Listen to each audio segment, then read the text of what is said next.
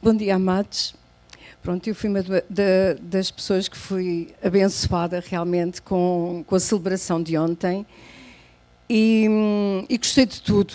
Da parte da manhã, da parte da tarde, gostei de tudo. Mas da parte da tarde houve realmente algo que me tocou muito especialmente. Não é que eu já não tentasse colocar isto em prática ou não fizesse sentido para mim. Foi fazer-me olhar para Deus de outra forma. Ele focou-se muito numa passagem da Bíblia que a maior parte das pessoas, eu acho que costumam apagar, põem corretor por cima. Pronto, não sei porque, acho que há muitas Bíblias de que essa passagem foi rasgada, que é Mateus 5, 44 e 45. Amai a vossos inimigos, bendizei os que vos maldizem, fazei bem aos que vos odeiam e orai pelos que vos maltratam e perseguem, para que sejais filhos do Pai que está nos céus, porque faz com que o sol se levante sobre maus e bons e a chuva desça sobre justos e injustos.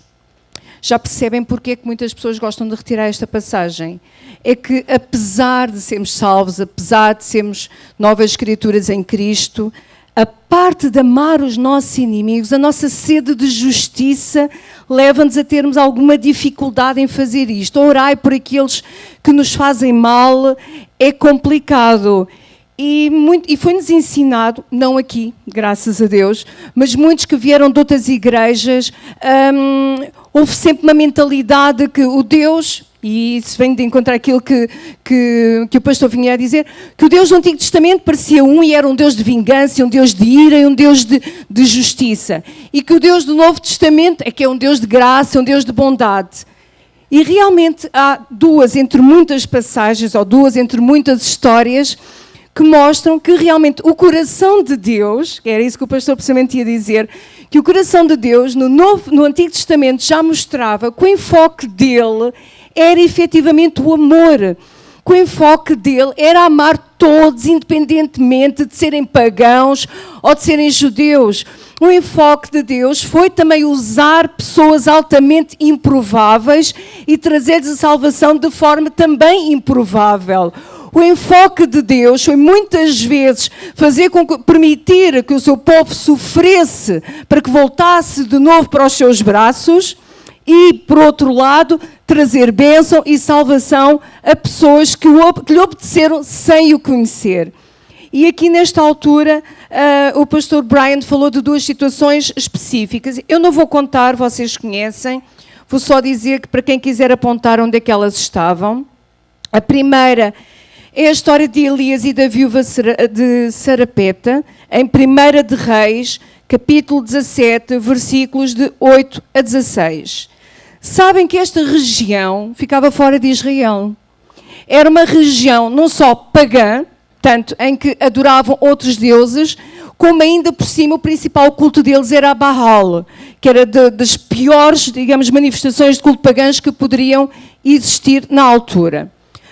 Depois de Elias ter estado escondido na caverna, ter sido alimentado por corvos, Deus enviou para esta região e diz-lhe que tem lá uma viúva para realmente providenciar provisão para ele durante os 13 anos e meio de seca que ainda estavam para vir.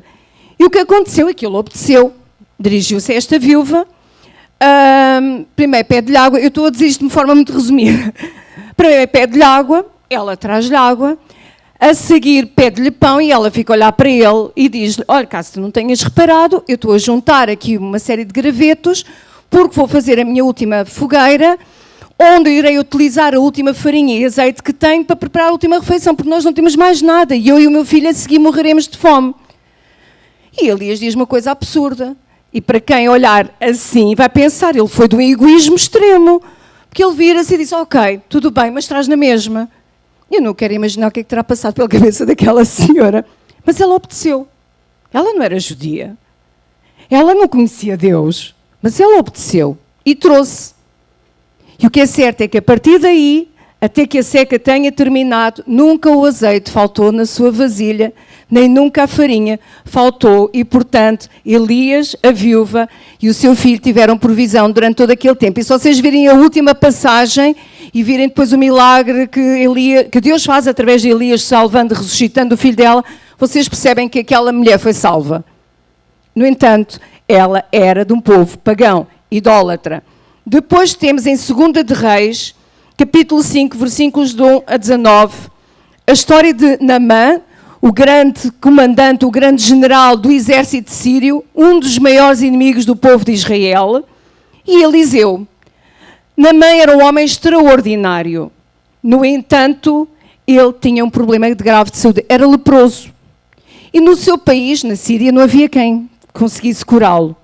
E uma menina, escrava israelita, que tinha sido capturada e tinha sido entregue para servir a sua esposa, diz-lhe: oh meu senhor, se tu pudesses ir ao encontro de Eliseu, certamente que ele te curaria. Ora, o comandante imediatamente tentou ir a Israel ao encontro de Eliseu para encontrar essa mesma cura. O rei pessoalmente escreveu uma carta ao rei de Israel a dizer: vai o meu comandante, faz com que ele seja curado. Bem, o rei de Israel, quando viu aquilo, disse: mas agora isto querem mesmo destruir Israel, como é que eu vou curar este homem? Mas ele tinha conselheiros sábios que lhe disseram: olha, enviou a Eliseu e ele que resolve o assunto. E assim foi. Naamã foi ter com Eliseu. Não vou contar a história que vocês já conhecem, mas que é uma história muito interessante e que tem que ser lida versículo a versículo e muito bem digerida, porque tem lições extraordinárias, não é só esta. Mas no final disto tudo, depois de Naamã ter engolido o seu orgulho, ele mergulhou no Jordão, cheio de lama, 7 vezes, e saiu de lá mais branco do que a neve, curado da lepra. E sabem o que é que este homem fez a seguir?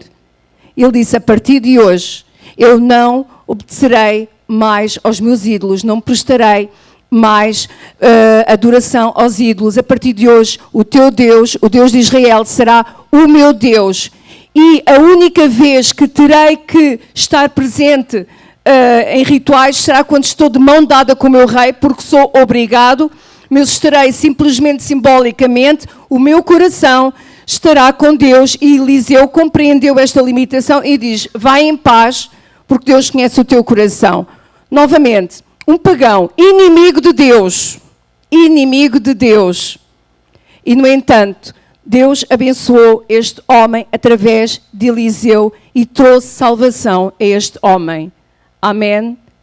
Portanto, quando nós falamos de inimigos, nós temos de ter um bocado de cuidado com aquilo que dizemos, até porque muitas vezes, e foi outra coisa que o pastor Brian disse, é tão fácil julgarmos as pessoas e chamar-lhes inimigos e não sabemos muitas vezes a história deles, a origem dessa inimizade. Porque é que essas pessoas são assim? Porque muitas vezes quando vamos ao cerne da pessoa, à essência, à infância, aquilo que ela passou, começamos a olhar para elas de outra forma e se calhar não são assim tão nossos inimigos. E para finalizar, eu só quero vos dar um pequeno exemplo de como, do efeito boomerang. Ele também falou disto, que é, todos vocês conhecem um boomerang, que é quando nós, tem assim uma forma, e nós quando atiramos ele volta para nós. E pior ainda, embora ele não tenha referido isso, mas quando nós o atiramos, ele quando volta, volta com muito mais força. Se nós apanhamos com ele na cabeça, somos literalmente projetados para o chão.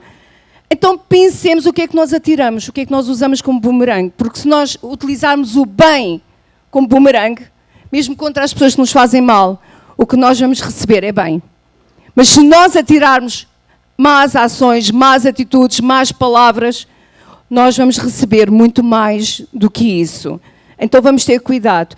E eu quero só dar um pequeno exemplo do que é nós tratarmos os que nos tratam mal com amor. É assim que muitas vezes trazemos transformação à vida das pessoas. E houve recentemente um formando meu que teve uma atitude muito incorreta e foi muito indelicado durante uma sessão de formação.